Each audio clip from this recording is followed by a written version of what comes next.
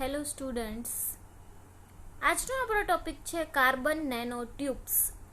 પહેલાં તો carbon nano tubes એ શેની બનેલી હોય છે? તો કે carbon it's made up of carbon which diameter typically measured in nanometres. કારણ કે અહીંયા આપણે શેની વાત ચાલુ છે અત્યારે?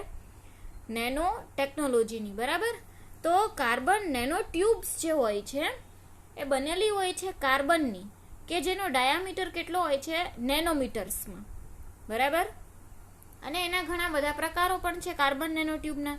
તો પહેલાં તો આપણે અહીંયા જોઈએ તો 1991માં SEGમાં નામના સાયન્ટિસ્ટે TEM એટલે કે ટ્રાન્સમિશન ઇલેક્ટ્રોન માઇક્રોસ્કોપી એની મદદથી કાર્બન નેનો ટ્યુબ બનાવી હતી.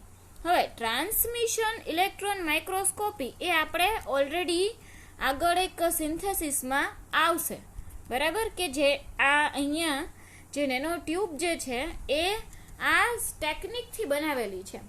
બેઝિકલી આના વિશે હું તમને શોર્ટમાં ખ્યાલ આપું તો ટ્રાન્સમિશન ઇલેક્ટ્રોન માઇક્રોસ્કોપી એક એવી ટેકનિક છે કે જેમાં ઇલેક્ટ્રોનને ટ્રાન્સમિટ કરાવવામાં આવે સ્પેસિમેન્ટના થ્રુ, બરાબર? કે કોઈ એક સ્પેસિમેન્ટ છે એટલે કે મટીરિયલ છે એના ઉપર ઇલેક્ટ્રોન્સને જ્યારે ઇન્સિડન્ટ કરાવવામાં આવે છે ત્યારે શું પ્રોસેસ થાય છે, કેટલા ઇલેક્ટ્રોન પાછા ફરે છે, કેટલા ઇલેક્ટ્રોન એમાં સ્કેટરેટ થઈ જાય છે, એના ઉપર ડિપેન્ડ છે. એટલે TEM છે એ આના થ્રુ બનાવવામાં આવી હતી. કાર્બન નેનો ટ્યુબ્સ છે એ TEM થ્રુ બનાવવામાં આવી હતી. તે ખરેખર તો કાર્બનના ક્લસ્ટર ઉપર કે જેને ફુલેરિનથી સંશ્લેષણ કરવામાં આવ્યા હતા તેનો અભ્યાસ કરી રહ્યા હતા. ખરેખર એ અભ્યાસ કરી રહ્યા હતા ફુલેરિનનો એટલે કે ફુલેરિન એ પણ આખી એની જ રચના છે, બરાબર? કાર્બનની, કે જે છે આખું કાર્બનનું મોલેક્યુલ છે જે કન્ઝિસ્ટ કરે છે કાર્બનના એટમ, કે શું થયેલા હોય, એકબીજા સાથે કનેક્ટ થયેલા હોય સિંગલ અથવા તો ડબલ બોન્ડમાં, બરાબર? એને આપણે ફુલેરિન કહી શકીએ છીએ, બરાબર? તેમણે હવે એના ઉપરથી કાર્બન નેનો ટ્યુબની એઝમ્પશન કરી હતી, ધારણા કરી હતી. ઇજીમાંના પ્રયોગો દર્શાવે છે કે માત્ર એક સાદા પ્રયોગથી ફુલેરિનનો ઉપયોગ કરી અને કાર્બન નેનો ટ્યુબ કેટલીક યોગ્ય પરિસ્થિતિમાં બનાવી શકાય છે. હવે કાર્બન નેનો ટ્યુબ્સ એ કઈ રીતના બનાવી હતી? એને ફુલેરિનમાંથી. હવે ફુલેરિનમાંથી કાર્બન નેનો ટ્યુબ એની માટેની ઘણી બધી અલગ અલગ પદ્ધતિઓ છે, બરાબર?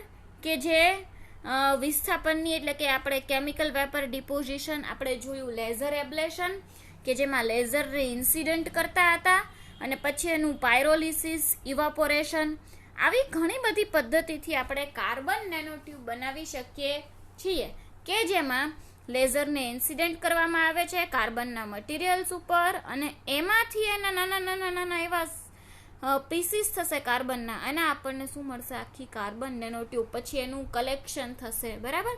જે આપણે પદ્ધતિ જોઈતી, લેઝર એબ્લેશન જોઈતી, બરાબર? અને CVD, TEM એ બધી પદ્ધતિ હજી આપણે આગળ ભણવામાં આવશે.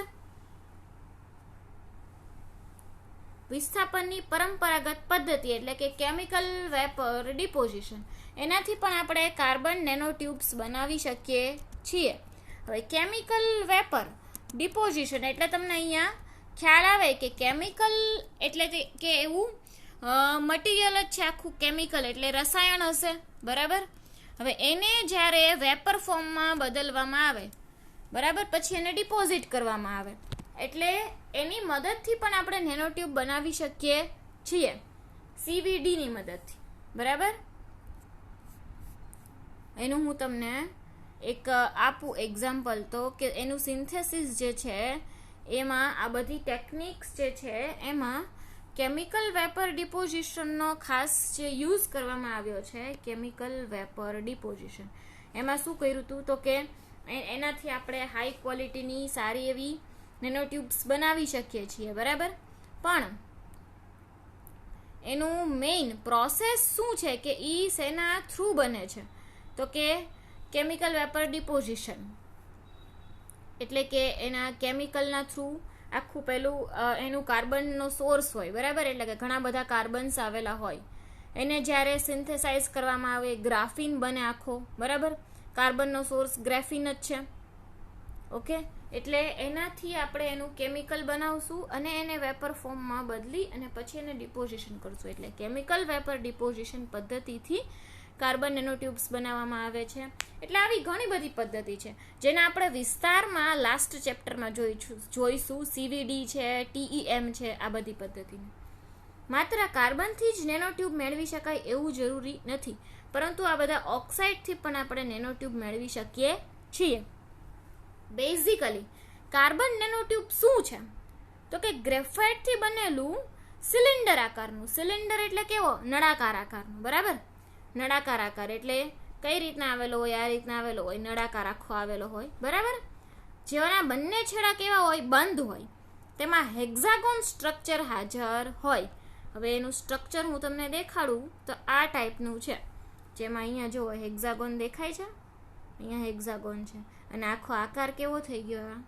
સિલિન્ડર આકાર થઈ ગયો, બરાબર. એટલે ગ્રેફાઇટથી બનેલું સ્ટ્રક્ચર કે જે બંને છેડેથી બંધ છે, બરાબર, એમાં હેક્ઝાગોન સ્ટ્રક્ચર હાજર હોય છે, એને કહેવાય કાર્બન નેનો ટ્યુબ, બરાબર. A rolled up sheet of graphene into a tube, rolled up sheet of graphene into a tube, એને કહેવાય carbon nano tube. Rolled up એટલે કે વીંટળાયેલી, બરાબર. રોલ્ડ અપ ગ્રાફિન ટ્યુબ એટલે કે આમ કેવું પર્ટિક્યુલર ડિરેક્શનમાં આખી વીંટળાયેલી. ગ્રેફિન, ગ્રેફિન એટલે આખા બધા કાર્બનના જેમાં આવેલા હોય, બરાબર, અણુઓ. તો આ જે રોલ્ડ અપ થયેલા છે આખી ગ્રાફિનની ટ્યુબ છે, આને શું કહેવાય? Carbon nano tube. એના બે ક્લાસિફિકેશન છે, એક છે સિંગલ વોલ્ડ નેનો ટ્યુબ, બીજું છે multi walled nanotube. Single walled nanotube જે છે એ છે single graphene sheet is rolled into a tube form. એટલે અહીંયા મેં તમને ખાલી જસ્ટ ડ્રો કરીને દેખાડ્યું છે કે સિંગલ ગ્રાફિન શીટ, કોઈ એક જ ગ્રાફિન શીટ આવેલી હોય, એ વીંટળાયેલી હોય ટ્યુબના ફોર્મમાં, તો એ સિંગલ છે, એટલે એને શું કહેવાય? સિંગલ ગ્રાફિન શીટને સિંગલ વોલ્ડ નેનો ટ્યુબ. આ જે દેખાડેલું છે આને કહેવાય સિંગલ વોલ્ડ નેનો ટ્યુબ, કારણ કે કોઈ એક જ ગ્રાફિન આવેલી છે. જ્યારે મલ્ટી વોલ્ડમાં શું છે? એક કરતાં વધારે ગ્રાફિન શીટ વીંટળાયેલી હોય તો એને કહેવાય multi walled carbon nano tube, બરાબર. હવે multi walled carbon nano tube, હવે એના પણ બે પ્રકાર છે, બરાબર. જેનો એક છે રશિયન ડોલ અને બીજો છે પાર્ચમેન્ટ, બરાબર. આ બે એના નામ છે, ખાસ એ યાદ રાખજો. એક છે રશિયન ડોલ અને બીજો છે પાર્ચમેન્ટ. હવે પાર્ચમેન્ટ નેનો ટ્યુબ, હવે આ પાર્ચમેન્ટ અને રશિયન ડોલ એ બંનેમાં મેઇન ફરક શું છે? તો કે રશિયન ડોલ જે મોડેલ છે એ કેવું છે? નાનું એવું મોડેલ છે કે જેમાં જે મોટા મોડેલની અંદર આવેલું હોય, બરાબર, એને કહેવાય રશિયન મોડેલ. જ્યારે પાર્ચમેન્ટ મોડેલ જે છે, પાર્ચમેન્ટ, એ કેવું છે? તો કે એમાં સેમ લેયર આવેલા હોય, ગ્રાફિનના જ્યારે સેમ લેયર આવેલા હોય અને રેપ્ડ થયેલા હોય, એકબીજાની આજુબાજુ વીંટળાયેલા હોય, તો એને કયું કહેવાય? પાર્ચમેન્ટ મોડેલ, બરાબર. અહીંયા જો અમે લખ્યું છે કે in this several graphene sheet rolled or multi walled, બરાબર, કે જેમાં ઘણી બધી ગ્રાફિન શીટ કેવી હોય? વીંટળાયેલી હોય, એકમાં બીજી, બીજામાં ત્રીજી, ત્રીજામાં ચોથી, તો એને કહેવાય રશિયન ડોલ, બરાબર. જ્યારે સિંગલ જેવી જ્યારે ગ્રાફિન શીટ હોય, બરાબર, એ જ્યારે વીંટળાયેલી હોય, હેન્ડેડ ઇટ હેઝ બોથ, એટલે કે સિંગલ જ્યારે નેનો ગ્રાફિનની શીટ હોય, એકબીજાની આજુબાજુ રેપ થયેલી હોય, વીંટળાયેલી હોય, તો એને કહેવાય કયું? Parchment multi walled nanotube, કે જેમાં સિંગલ ગ્રાફિન છે, સિંગલ હેન્ડેડ છે, ઇટ હેઝ બોથ, એટલે કે એમાં સિંગલ નેનો ટ્યુબ છે એ આખી એકબીજાની આજુબાજુ વીંટળાયેલી છે. એટલે એ કેવું છે? સિંગલ નેનો ટ્યુબ છે એ આખી એકબીજાની આજુબાજુ રેપ થયેલી છે, અહીંયા જે દેખાડેલું છે જેમાં, બરાબર. એના કારણે ઈ કેવું છે, આ પાર્ચમેન્ટ જે મોડેલ છે, બરાબર, આ તમને અત્યારે જે એક્ઝામ્પલ આપ્યું છે કે જેમાં એક કરતાં વધારે છે, બરાબર. હવે એકનું એક હોય તો ઈ કેવું થઈ જાય મોડેલ, આ વાળો જ ભાગ રહે ખાલી, ઉપરનો જે છે ને, પણ ઈ ભાગ એકબીજાની સાથે વીંટળાયેલો હોય તો એને કેવું કહેવાય, પાર્ચમેન્ટ કહેવાય. હવે પાર્ચમેન્ટ મોડેલના પાછા બે પ્રકાર છે, એક છે ઝિગઝેગ, બીજું છે આર્મચેર. તો પહેલા આપણે ઝિગઝેગ જોઈએ, બરાબર.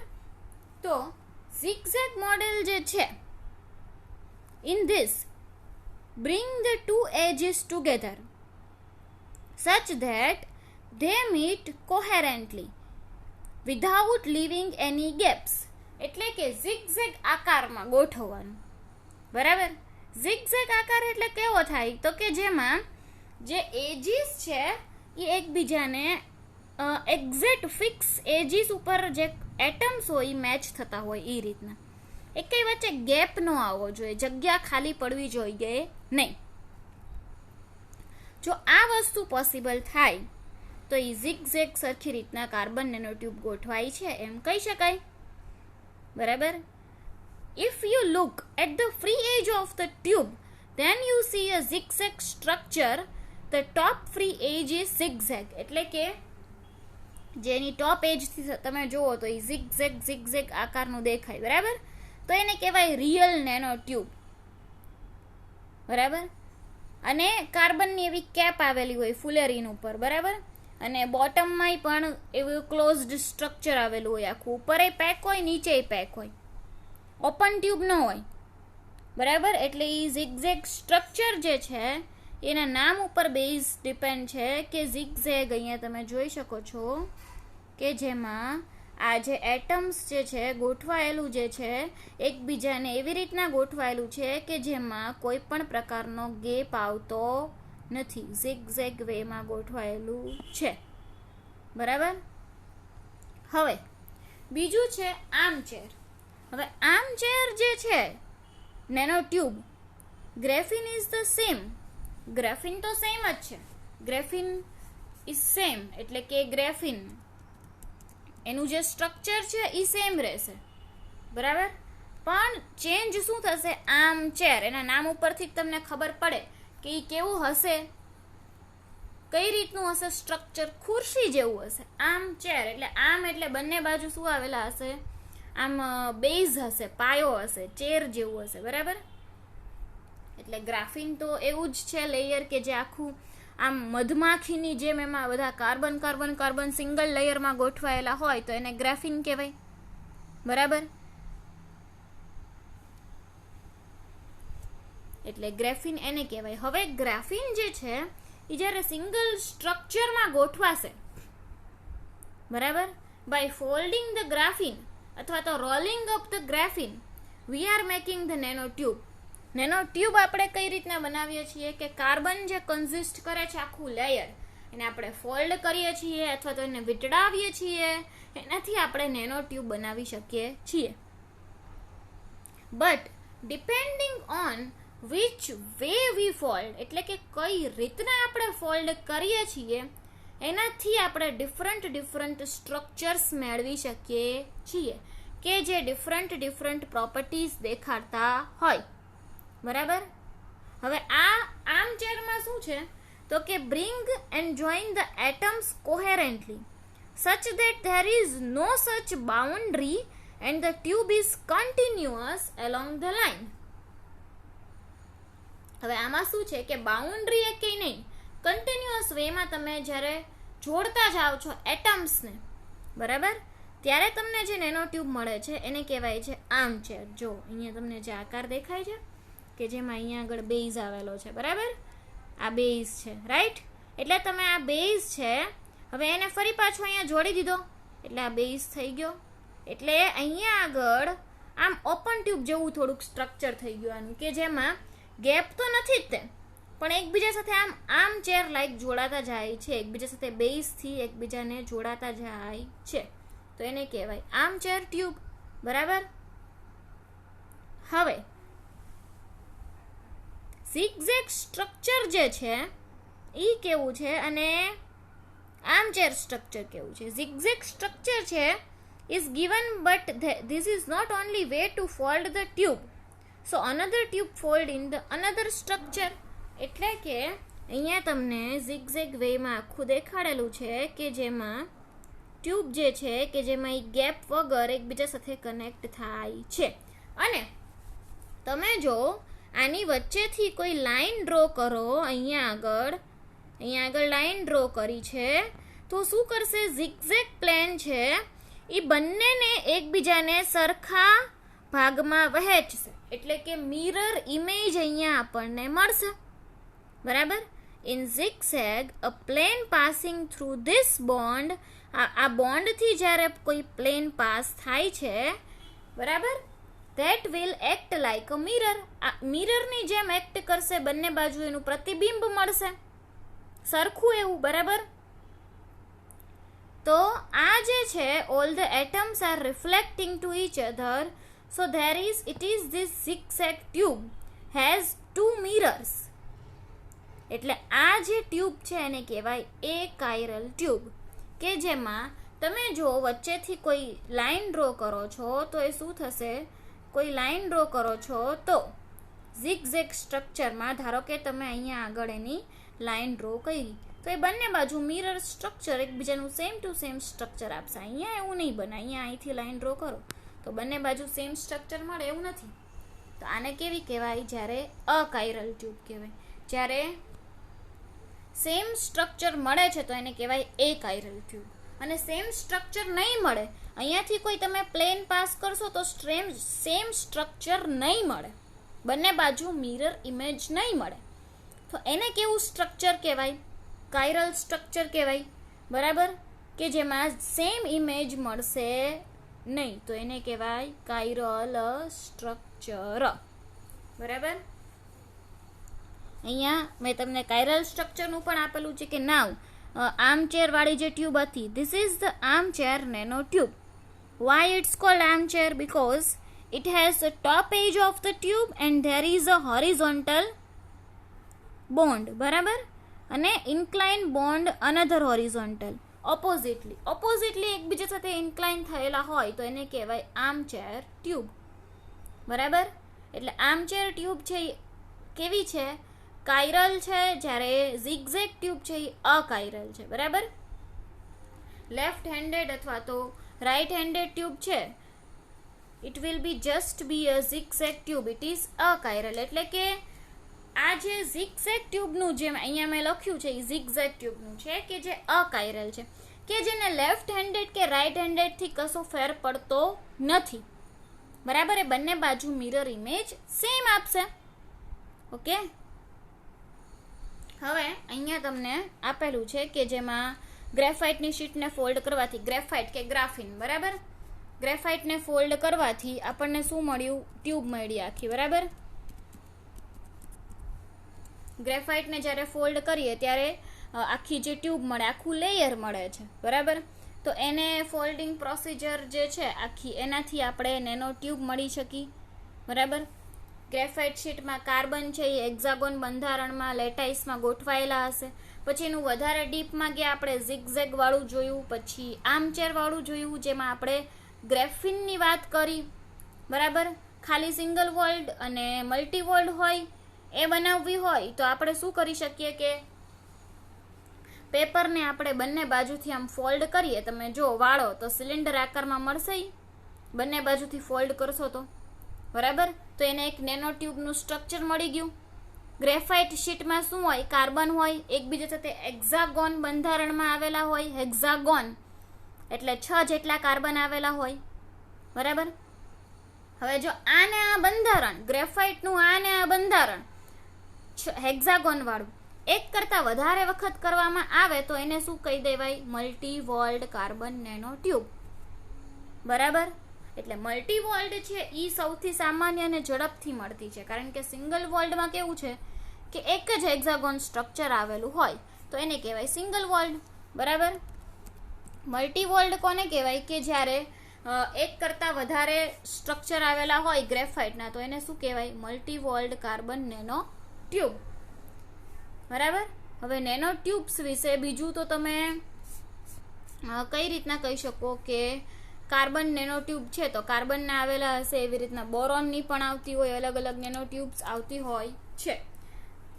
આપણે અહીંયા મેઇન વાત કરી છે કાર્બન નેનો ટ્યુબ્સની, બરાબર, કે કાર્બન નેનો ટ્યુબ છે એ આખું આમ બકીબોલ ટાઈપનું સ્ટ્રક્ચર છે એમ પણ કહી શકીએ, કે જેમાં નળાકાર રીતે કાર્બનના જે મોલેક્યુલ્સ હશે એ ગોઠવાયેલા હોય છે, બરાબર, અને કે જેમાં ડાયામીટર્સ ને બધું કઈ રેન્જમાં હશે, નેનોમીટરની રેન્જમાં હશે, બરાબર. એટલે કાર્બન નેનો ટ્યુબ એને આપણે કહી શકીએ કે બકીબોલ ટાઈપનું જે છે એ સ્ટ્રક્ચર છે. ફુલેરિન પણ કહી શકીએ. એટલે એના બે પ્રકાર છે આપણે જોયા, સિંગલ વોલ્ડ અને multi walled carbon nano tube.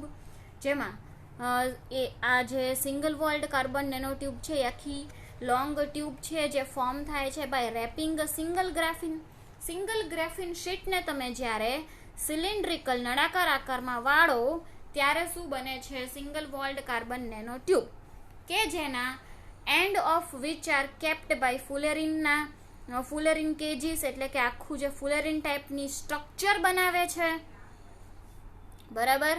એટલે એની સ્ટ્રક્ચર ને પ્રોપર્ટી આખી અલગ હશે.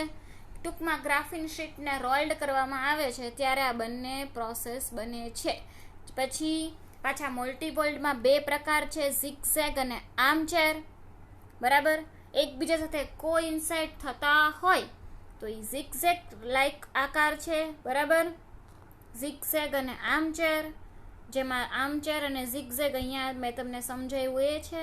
અહીંયા આગળ જો આર્મચેર ટાઈપ હશે તો એને શું કહેવાશે, કાયરલ કહેવાશે, કે જે વચ્ચેથી કોઈ પ્લેન પાસ કરશો તો એ સેમ મિરર ઇમેજ આપશે નહીં, જ્યારે અહીંયા મિરર ઇમેજ આપશે, જ્યારે અહીંયા મિરર ઇમેજ આપશે નહીં, બરાબર.